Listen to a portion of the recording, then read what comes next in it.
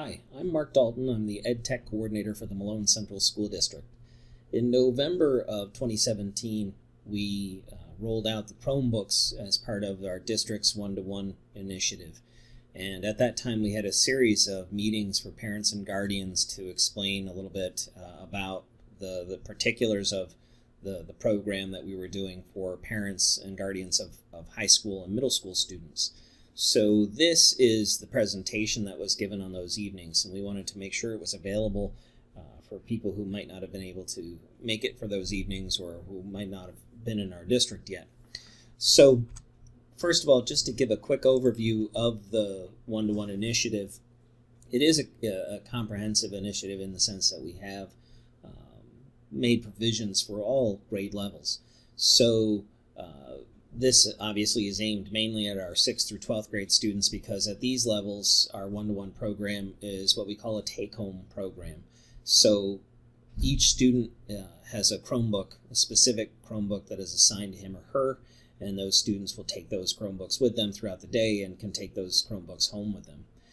In 4th and 5th grade, it is also a one-to-one program, but it's not take-home. In those classrooms, there is a dedicated Chromebook cart, so the students have the use of those Chromebooks throughout the course of the day. Pre-K through 3rd is not a one-to-one program, but we do have a number of Chromebook carts available in each elementary building, and the teachers at those levels are able to make use of those, as well as some other devices that we have available for those students. So why are we doing this? Well, one of the things that we as a school district have a responsibility to do is to prepare your students for their lives. It isn't just about getting them through a test or making sure that they meet all the graduation requirements. It's about making sure that they leave us with all of the skills that we can give them that will help open the most opportunities for them. And that's really what we're doing here. We're attempting to use our Chromebook program to help provide not just technical skills, but some other what you would call soft skills that when you look at the literature and the things that are out there from the business world and from colleges that they say they're really looking for in college students and in people in the career world. So within our classrooms, this one-to-one program allows teachers to provide for greater personalization of education. It allows really your child's educational program to be tailored to your child specifically. It also is one way that we can help facilitate what we call active learning, and that is students, instead of just kind of passively sitting there listening to a lecture, actually becoming a part of their own learning, driving what they're learning about, and obviously we know that leads to greater engagement. And as I said, again, really it's about providing skills. If you look around our community, there are very few jobs and careers out there that don't, in this day and age, include some sort of technical piece. That there are very few jobs that you're not going to come into contact with a computer. So we do want to make sure that our students are leaving us with a base set of skills that they'll be able to take on and be successful, whether they're going into college or they're going into the workforce right out of high school. It's also important, though, to talk about what we don't want our one-to-one program to be. We don't want you to think that this is replacing teaching. We don't want you to think that students will walk in, and from the time they walk in our doors to the time they leave at the end of the day, they're just staring at a computer screen and that computer is doing the teaching. That is not the case. It also will not look the same in every classroom. Chances are, if you walk down the hall, even in high school where you're walking down the hallway in a single department, it's going to look different from room to room, and that's okay. And of course, no one-to-one program should focus on technology for technology's sake. This isn't, obviously in this presentation we're talking a lot about Chromebooks as the device that we've chosen, but it's really not about the Chromebooks. It's really not about the technology. It's about what the technology will allow us to do. It's about developing those skills that's so important. So as far as how this will work, students have already been given their Chromebooks. If you have a student in grades 6 through 12 who does not have a Chromebook yet, I would encourage you to contact the school that they're in. In the case of the high school, the person that your student would want to make contact with is Helen Tracy. She's our parent facilitator at that level.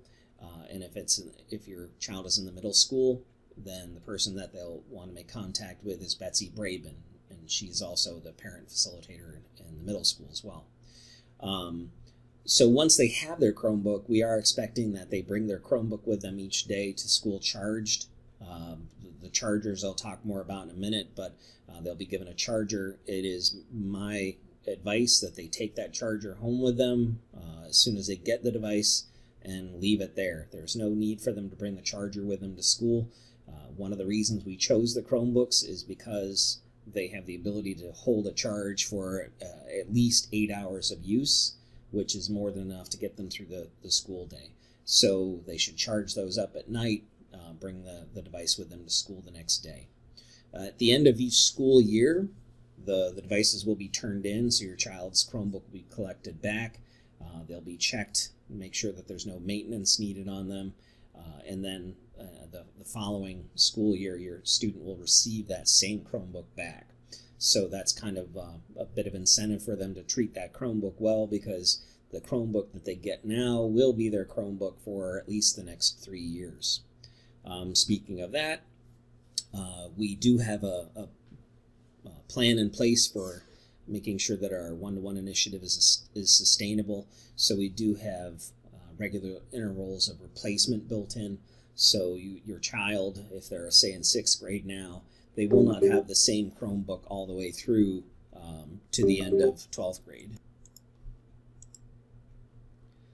Now, obviously an issue that's on every parent's mind, and rightfully so, is what happens if your child's Chromebook is lost or damaged. And we'll kind of cut to the chase before I talk about some of this other stuff, but one thing to be aware of is that the district is treating Chromebooks the same way the district treats textbooks. There's been a policy in place for years with textbooks that an intentional damage to textbooks is the responsibility of the student and their family. So if a child were to intentionally destroy a textbook, then you would get a bill for that. So the same is true for a Chromebook. If there's intentional damage to a Chromebook, then the student would be responsible for that. But the district will take care of any accidental damage or loss. It's imperative, therefore, that your student report any damage to their Chromebook, especially if it's accidental. They don't need to worry about somebody giving them a hard time or something like that. If something breaks, we want to make sure they get their device back as quickly as possible so that it's not interfering with their educational program. So please encourage them, if something happens to the Chromebook, that they need to let us know so that we can get it fixed. If that is the case, then what they can do is, whichever building they're in, middle school or high school, they just need to go to the library and talk to the librarian. In the case of the middle school, that's Mrs. Garet, and in the high school, that's Mr. Allen, and those people can help them. They'll get the form submitted. They'll get the ball rolling as far as getting it fixed. If need be, in the case of something like a damaged screen or something that might take longer, then those students would be given a replacement device while theirs is fixed. If it's something more minor that might only take a couple of days to fix, then in those cases, they may not be assigned a new device or a loaner device. But what we've done is we've made sure that every classroom in both of those buildings has a minimum of 2 spare Chrome devices. So that might be Chromebooks, or it might be something called a Chromebox, which looks like a desktop computer, but it's really a Chromebook, so that your student would still be able to participate if there's something going on during the day. But again, if we can, we will make every effort we can to get them a loaner. Now, the exception to the accidental loss and damage is with cords and carrying cases. Students are responsible for their charging cords. So again, as I said earlier, my advice is take the cord home and leave it there. It's the easiest way to make sure it doesn't get lost. If it does get lost or damaged, there are links on the district website under the parent tab and the one-to-one information. There are links there that'll show you where you could go to order a new cord if you needed to. On the topic of cases, your student's Chromebook comes in a carrying case. It is extremely important that they leave it in that case. If your student, for whatever reason, doesn't like the case and they take it out of the case and they're carrying it around the building without the case and they drop it and it gets damaged, that's not really considered accidental damage, because had they kept it in the case, it probably would have been fine. We chose the cases that we chose because they're pretty well protected. So it is absolutely critical that they keep it in the case that it came in. Now, what if there's no internet access at home? We know quite well that because of the rural area that we live in, that we have a large number of students who don't have internet access at home. In some cases, it's just because, Spectrum or Time Warner never came down that road. At the moment, there are two kind of answers to what do we do about this. The first is that, again, one of the reasons we chose the Chromebooks as our devices is that Google Drive, which is where you can do your word processing and that kind of thing, has an offline mode. So even when you don't have a Wi-Fi signal, students can still create new documents. They can work on things that they've already opened. And then as soon as they get back to school and they're back on the Wi-Fi network, then it'll automatically sync. They don't even need to do anything special. It'll automatically sync up with their account and all that work is saved. The other thing is that we've been working with our teachers to make sure that they are aware of the fact that not all of their students have internet access, and so they need to plan their lessons and activities accordingly. So if there's an activity that they want to do, for instance, that requires an outside website like Castle Learning or something like that, teachers need to plan those assignments far enough in advance so that students have a number of days to complete that work, so that even if they can't do it at home where they don't have internet access, that they would be able to do it during a study hall or before school, after school, whatever they needed to do. Looking ahead down the road, the district is exploring a number of options to try to extend broadband internet access outside of the school buildings, but that's kind of a more to come as we move ahead. Now, another thing that, and again, rightly so, parents are concerned about is what steps is the district taking in order to keep students safe online.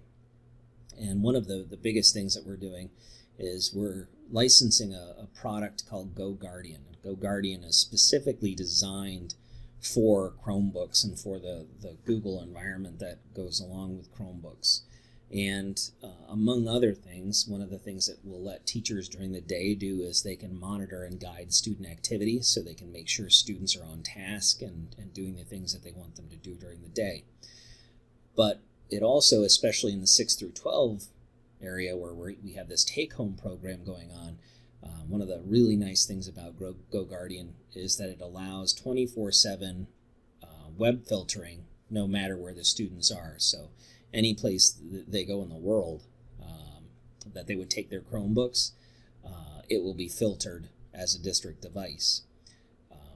The Chromebooks can only be signed in on their district account. They can't sign into the Chromebook on a personal account. So because they sign in with a district account, it gets filtered as a district device. Now, that having been said, anybody who's used the internet or computers for more than a couple of years knows that nothing is foolproof. Any filtering, any antivirus software, there's always a loophole. There's always a way around it. So we are taking all the steps we can to make sure that students are only seeing sites that are school appropriate. But that doesn't mean that occasionally there won't be a site that finds a way around those filters. So to that end, we as a district have committed to helping to teach our students what are called digital citizenship skills. And these are the skills that are really necessary for anybody who's kind of using the internet now as a big part of life, to be successful, but also to remain safe. Now, we see your children for a few hours a day. We really would like your help in keeping these lessons going and helping to instill these ideas about digital citizenship and responsibility and safety. And again, coming back to what I was just saying about no filter being 100%, it's kind of along those lines of students kind of being able to self-monitor and figure out what they need to do to stay safe on the internet. So it includes a lot of things that, especially in today's world, may not directly impact our one-to-one program, but they certainly, as parents, should be important to you. Things like social media, how do students, how aware are they of their digital footprint, the kinds of things that they're posting out there online, and the longevity of those things, and what conclusions people could reach about them based on those things. Again, that kind of social media may not be accessible from their school devices, but I think we all know that many of our students are accessing them through other means. Now, these can be tricky conversations to have with your students, in some cases tricky because they're awkward conversations, but also sometimes tricky because we may not be as up to date on what our students are doing online. So we may not understand what challenges are out there and what kind of issues they're being presented with. To that end, we're providing you with a number of resources. And again, this slideshow is posted on our district's website. If you go to the parent tab on the district website, you'll see there's a section called one-to-one information. And there, within that section of resources, you'll find this slideshow. So within the slideshow, here are these links. So as far as 21st century skills, this kind of goes back to the piece of the presentation on why are we doing this. This talks a lot about the things like skills for collaboration, innovation, kind of what we would call thinking out of the box. These are the kinds of skills that we're really working on with a one-to-one program. But back to the digital citizenship piece, these are two very good resources, especially, I mean, the bottom one is an article that just kind of gives you a broad overview of why digital citizenship is important. But this website, Common Sense Media, is an excellent website. It's a nonprofit organization. They've been around for a number of years now, and they're dedicated to helping teachers and helping parents teach children to be safe online. So I would definitely recommend that you take a few minutes and take a look at Common Sense Media. They can really give you some good ideas of how to start those conversations with your students. So that's where we are with our one-to-one program. Again, we hope you're as excited about this as we are in terms of the opportunities that we're being able to provide our students, and we look forward to seeing where this leads us in the future.